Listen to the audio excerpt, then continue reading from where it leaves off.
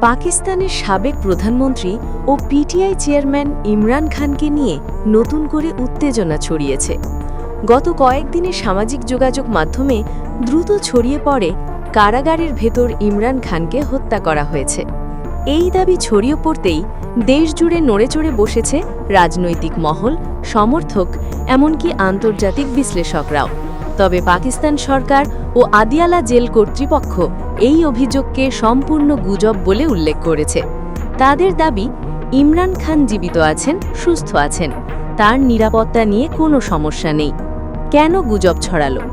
পরপর কয়েক সপ্তাহ ধরে ইমরান খানের পরিবার ও আইনজীবীদের সাক্ষাৎ করতে না দেওয়ার অভিযোগ, কারাগারের ভেতরের পরিস্থিতি সম্পর্কে কোনো স্পষ্ট তথ্য না পাওয়া, রাজনৈতিক টানাপোড়েন ও অস্থিরতা বৃদ্ধি, এইসব কারণে জনমনে সন্দেহ তৈরি হয়।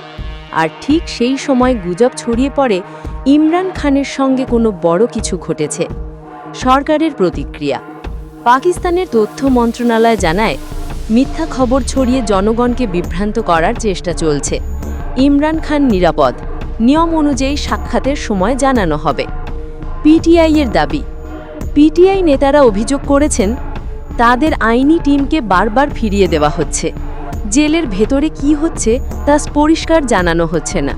গুজব দমন করতে সরকার নিজেই স্বচ্ছতা দেখাতে ব্যর্থ। পরিস্থিতি কোথায় দাঁড়িয়ে? সর্বশেষ আপডেট অনুযায়ী ইমরান খানকে হত্যা করা হয়েছে এমন দাবির কোনো সরকারি বা স্বীকৃতির প্রমাণ নেই। গুজব ঠেকাতে কারা কর্তৃপক্ষ অতিরিক্ত নিরাপত্তা জোরদার করেছে এবং নতুন বিবৃতিও প্রকাশ করেছে।